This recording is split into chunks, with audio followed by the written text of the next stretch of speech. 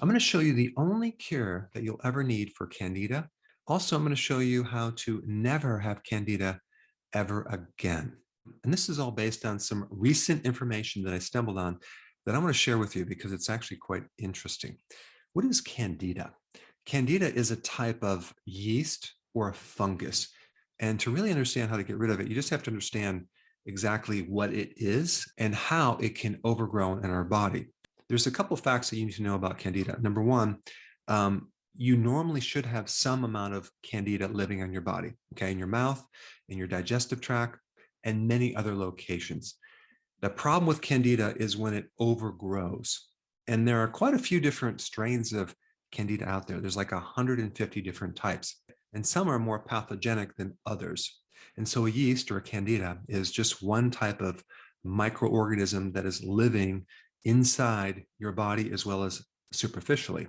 You also have bacteria, you also have mold, and you even have viruses that actually can help you as well. They actually keep bacteria in check. Now with Candida, it's the bacteria that keeps this Candida in check. And so without bacteria, you get this overgrowth of Candida. And the single biggest cause is antibiotics. They're called an immunosuppressive therapy. So when you take an antibiotic, it wipes out the good bacteria. And now we have nothing to counter this overgrowth of yeast.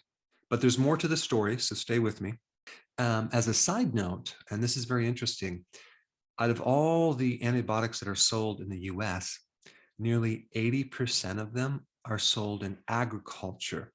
Only 20% are sold through like a doctor's office. So our animals are given antibiotics, not because they necessarily have some type of sickness, but it allows that animal to live in a stressful environment. It allows for or a dirtier environment or a less nutritious environment. Because if you're giving this antibiotic to this animal, it can at least temporarily lower the infection rate. Not to mention it will put on weight. And the problem with that topic is there's a lot of secrecy in this area. It's very difficult to find data on the sales of antibiotics. And especially in the US, it's very difficult to track down if there was an outbreak of E. coli, for example, or salmonella. It's very difficult to track where that outbreak originated from. Versus in Europe, they do track that, but in the US, they don't track that.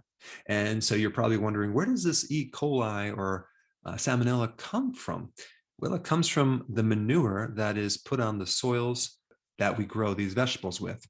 The manure from animals who had antibiotics, who then ended up with superbugs and microbes that cannot be killed by antibiotics, because the more antibiotics are given to an animal or a human, you develop antibiotic resistance.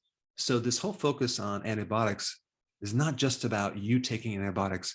It's about the antibiotics given to animals. It's about the antibiotics given to animals that then create manure that we use in soils that we grow our food on. So if you're a vegan or a vegetarian and you don't consume these animal products, well, you might be getting indirectly from the soil those plants are grown on.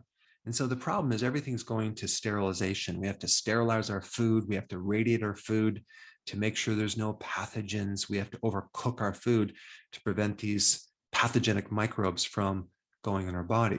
And this is why even if you were to buy a chicken, a commercial chicken, and you cook it, well, when you cut it up on your cutting board, there's a real high risk of having this contaminated cutting board that then gets on your fingers, that gets in your body, and it can create food poisoning. So that's a little data on antibiotics. Now, what are the symptoms of Candida? Well, the biggest symptom is that you have this craving for carbohydrates because Candida love carbs. Number two, you have itchiness in your private parts. It could be in the vaginal area, the anal area. Number three, a white tongue. It's called oral thrush. Number four, you're more tired. Why? Because the Candida is also using up a lot of your nutrients. So you're going to be nutrient deficient. Number five, UTIs.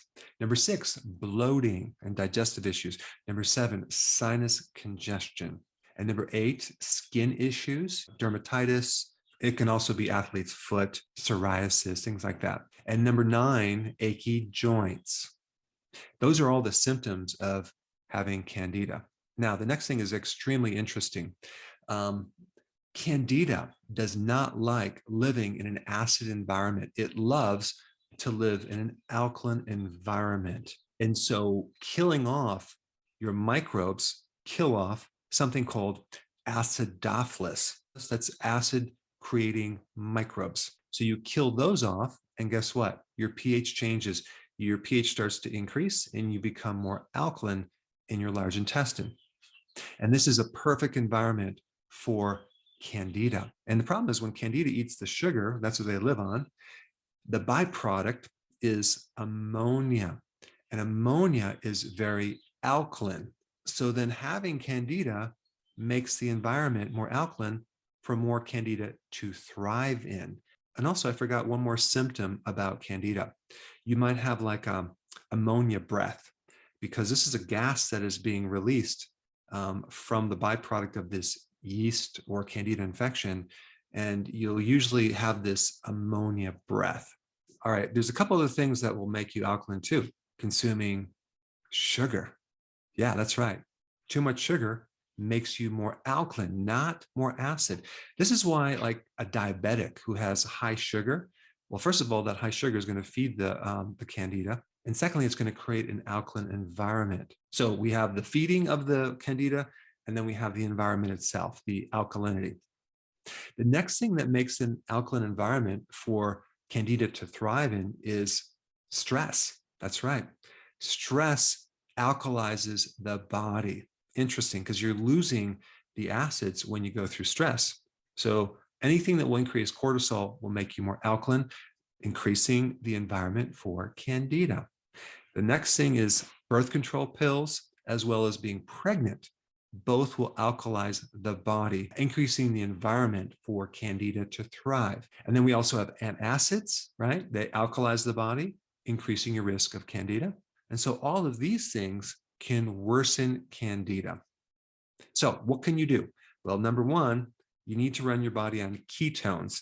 Ketones are acid, and that will help to reestablish the pH.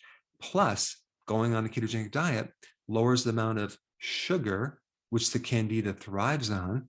So we're going to basically starve them off with the ketogenic diet. And of course, I would also, along with that, do intermittent fasting. All right, next thing is probiotics. You must be taking a probiotic, acidophilus included, because we want to start building up the microbes to help keep the overgrowth of Candida in check. Next thing on the list is fermented vegetables like sauerkraut or kimchi. Both of those products have probiotic and prebiotic fibers that feed your microbes. Next thing that's really good is oregano oil. Garlic is also another good thing, but oregano oil is a really good antimicrobial without the side effects. Next thing on the list is apple cider vinegar. Why? Because it's acidic. Any acid is really good to help kill off Candida.